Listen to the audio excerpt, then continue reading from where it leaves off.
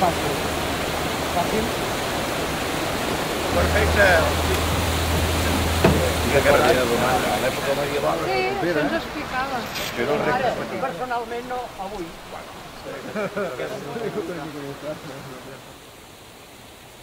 I al mateix temps també d'anar retornant el cabal a partir del compromís que va tenir el conseller Baltasar.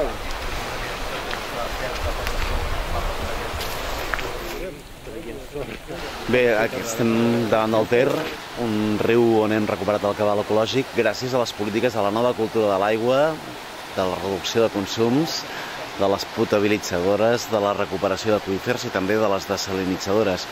Un ecologisme compromès, i no aquest ecologisme que ens vol portar Convergència i Unió, que és gris, que té el color del ciment i que sembla que el que busqui és fer negoci. Ara amb el transvasament del Roine, quan el que hem fet és polítiques d'aigua de referències. Doncs bé, aquí tenim un exemple del que és la recuperació del cabal ecològic del Ter, amb noves polítiques d'aigua, recuperant el territori, recuperant els rius i fent que es recuperi la biodiversitat, però també que hi hagi aprofitament econòmic, perquè òbviament això té potencialitats turístiques.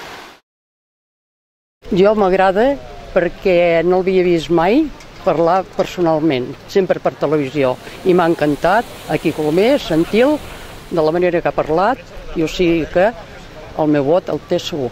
Bé, jo penso que s'ha de donar el vot a Joan Herrera, en primer perquè representa una formació d'esquerres, de característiques molt arrelades en el territori, com és una esquerra ecologista, i evidentment en el nostre país en aquests moments amb una profunda crisi econòmica on hi ha intencions gairebé de sortir de la crisi carregant més territori i fent sofrir més el territori, penso que és important que en Joan Herrera no sols surti elegit diputat, sinó que estigui a l'abast de la presidència de la Generalitat. I jo voto a Joan Herrera perquè des d'Iniciativa per Catalunya Verds Esquerra Unida Alternativa s'ha promogut la creació de nous parcs i amb el programa encara volem crear més a comarques gironines i crec que tenir espais protegits és una bona oportunitat pel territori, tant a nivell agrari com turístic com de manteniment dels valors tradicionals del nostre territori.